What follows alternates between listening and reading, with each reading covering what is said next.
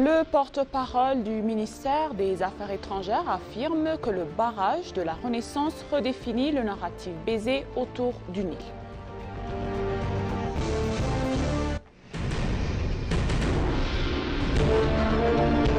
L'inauguration de la pierre angulaire du nouvel aéroport de Bishoftu en Éthiopie est prévue en décembre selon le PDG.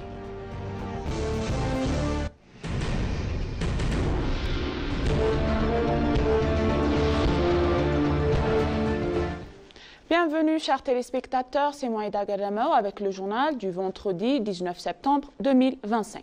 Restez avec nous. Lors de son point de presse sur les questions nationales et internationales, le porte-parole du ministère des ambassadeurs, M. Nebiat Getachew, a souligné que la mise en service du grand barrage de la Renaissance et mise en service du grand barrage de la Renaissance a transformé le discours injuste qui entourait depuis longtemps le Nil. Il a indiqué que cette réalisation, largement suivie par les médias et la communauté internationale, illustre la capacité des Éthiopiens à concrétiser leurs ambitions. Selon lui, le barrage constitue non seulement une victoire nationale, mais également un succès diplomatique qui inspire les Africains à suivre la voie du développement et de l'autonomie. Par ailleurs, l'ambassadeur a mis en avant d'autres événements récemment, notamment le deuxième sommet africain sur le climat organisé à Addis Abeba où l'Éthiopie a affirmé son rôle moteur en matière de diplomatie climatique, ainsi que le deuxième sommet Afrique-CARICOM axé sur le renforcement des liens historiques et de la coopération économique entre les deux régions. Il a enfin annoncé la participation active de l'Éthiopie à la 80e Assemblée générale des Nations unies à New York, où le pays présentera ses avancées en matière de sécurité alimentaire, d'énergie renouvelable et d'initiatives environnementales, tout en menant des consultations bilatérales pour consolider des partenariats.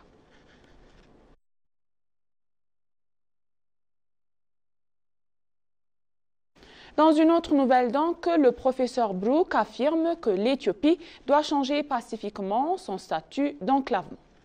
Face à une croissance démographique rapide, l'Éthiopie doit redoubler d'efforts pour mettre fin à son statut d'État enclavé et retrouver un accès maritime par des moyens pacifiques, a déclaré Brook Hailou, le professeur des sciences politiques et des relations internationales à l'université d'Addis Abeba. Dans une interview accordée avec l'INA, il a rappelé que l'Éthiopie avait perdu son littoral sur la mer Rouge en 1991 à la suite de l'indépendance de l'Érythrée. Depuis lors, le pays supporte des coûts élevés liés aux importations et aux exportations qui se freinent dans son développement économique. Le Premier ministre Abiy Ahmed avait déjà affirmé que le lancement de son 4e ouvrage, l'État de Meddemer, que la quête éthiopienne d'un accès à la mer resterait pacifique.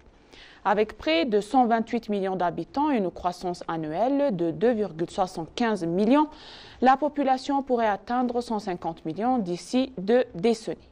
Ce dynamisme démographique, selon le professeur Brook, accentue l'urgence d'obtenir un accès maritime pour soutenir les ambitions économiques du pays.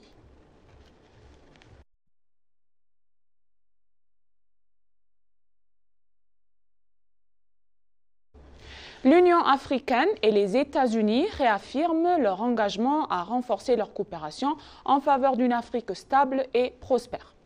Le président de la Commission de l'Union africaine, Mohamed Ali Youssouf, et le conseiller principal des États-Unis pour l'Afrique, Massad Boulo, ont tenu un point de presse ce jour au siège de l'Union africaine à l'issue d'une rencontre axée sur le renforcement des relations bilatérales. Massad Boulos a qualifié les échanges stratégiques et significatifs, soulignant qu'ils s'inscrivent dans la volonté du président Donald Trump de renforcer les liens avec l'Afrique. Il a réaffirmé l'engagement des États-Unis en faveur de la paix, de la stabilité et prospérité régionale, précisant de la vision à l'administration américaine et celle de l'Afrique tournée vers les opportunités économiques et le leadership souverain. Selon lui, la consolidation de la paix est essentielle pour ouvrir la voie à des accords commerciaux porteurs de croissance durable.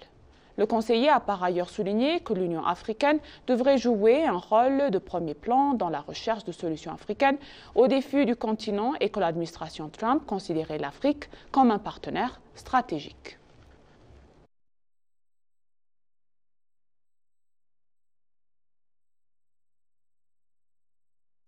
L'Éthiopie donc lance un projet de centre dédié à la mécanisation agricole et la gestion post-récolte.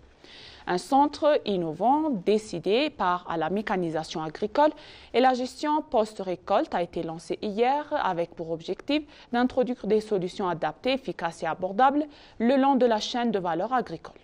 Le projet est mis en œuvre par l'ONUDI, financé par le gouvernement austrien et réalisé en partenariat avec le ministre éthiopien de l'Agriculture et de l'Industrie ainsi que l'Université Boku. S'exprimant lors du séminaire de lancement, le ministre d'État de l'Industrie, Hassan Mohamed, a souligné l'importance de ce système pour réduire les pertes du post-récolte et soutenir le développement de l'industrie manufacturière locale. Il a également mis en avant la solidité du partenariat entre l'Autriche et l'Éthiopie. L'ambassadrice d'Autriche, Simone Knapp, a indiqué que le centre servira à la fois de plateforme de formation, de démonstration technologique et de collaboration entre les acteurs.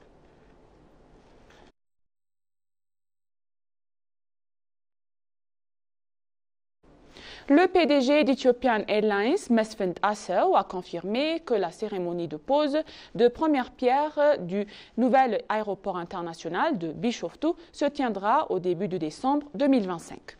Dans une interview avec l'ENA, il a précisé que ce projet majeur estimé à 10 milliards de dollars constitue l'un des investissements aéroportuaires le plus ambitieux du continent. Saturé et impossible à grandir, l'aéroport international de Bolé ne répond plus à la croissance rapide de la compagnie. Le futur aéroport de Bishoftu, situé à 40 km au sud-est d'Addis Abeba, devrait accueillir 60 millions de passagers par an, des ouvertures avec une capacité d'expansion jusqu'à 110 millions. Il sera également en mesure de traiter près de 4 millions de tonnes de frais annuellement. La Banque africaine de développement a déjà promis 500 millions de dollars de financement et œuvre pour mobiliser les fonds restants. Doté de 4 pistes et d'infrastructures ultramodernes, ce hub aérien est appelé à renforcer la position d'Ethiopian Airlines pour la scène mondiale et à stimuler l'intégration économique africaine.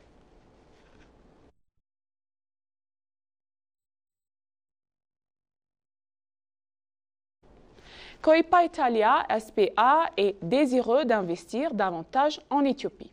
Le PDG de Coipa Italia SVA, M. Vito Favorito, a annoncé que son entreprise souhaite intensifier ses investissements en Éthiopie en mettant particulièrement l'accent sur le développement des infrastructures ferroviaires. Récemment, la Société des chemins de fer éthiopien et Coipa Italia SPA ont signé un accord cadre de coopération stratégique visant à renforcer leur collaboration sur les projets d'infrastructures ferroviaires. Dans un entretien exclusif avec l'ENA, Favorito a souligné que l'Éthiopie affiche non seulement une forte croissance économique, mais se positionne également comme un acteur clé dans la Corne de l'Afrique. Il a ajouté que Coipa Italia s'engage à explorer des opportunités de partenariat avec l'ERC pour concrétiser des projets d'infrastructure, soutenir la croissance du marché et contribuer avec ambitieux programmes de développement du gouvernement éthiopien.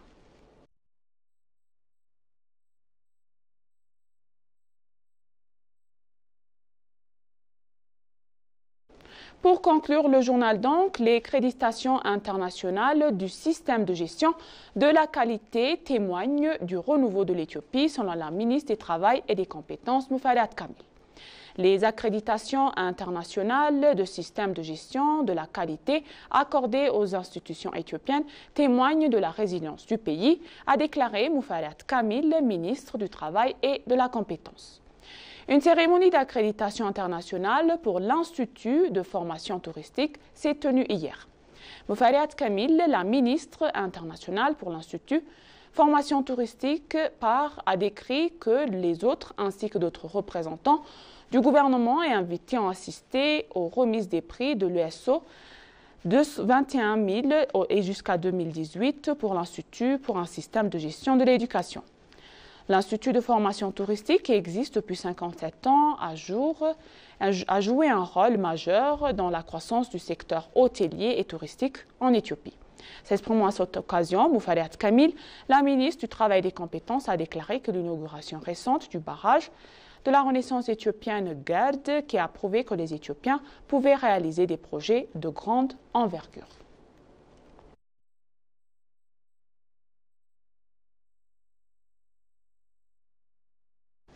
Et maintenant, chers téléspectateurs, je vous rappelle les titres principaux.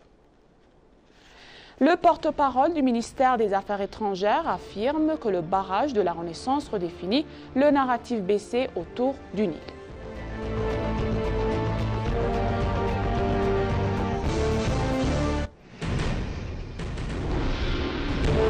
L'inauguration de la pierre angulaire du nouvel aéroport de Bishoftu en Éthiopie est prévue en décembre selon le PDG. Merci, chers téléspectateurs. Ainsi s'achève le journal d'aujourd'hui. C'était moi, Aïda Gadamou, et je vous souhaite une bonne journée.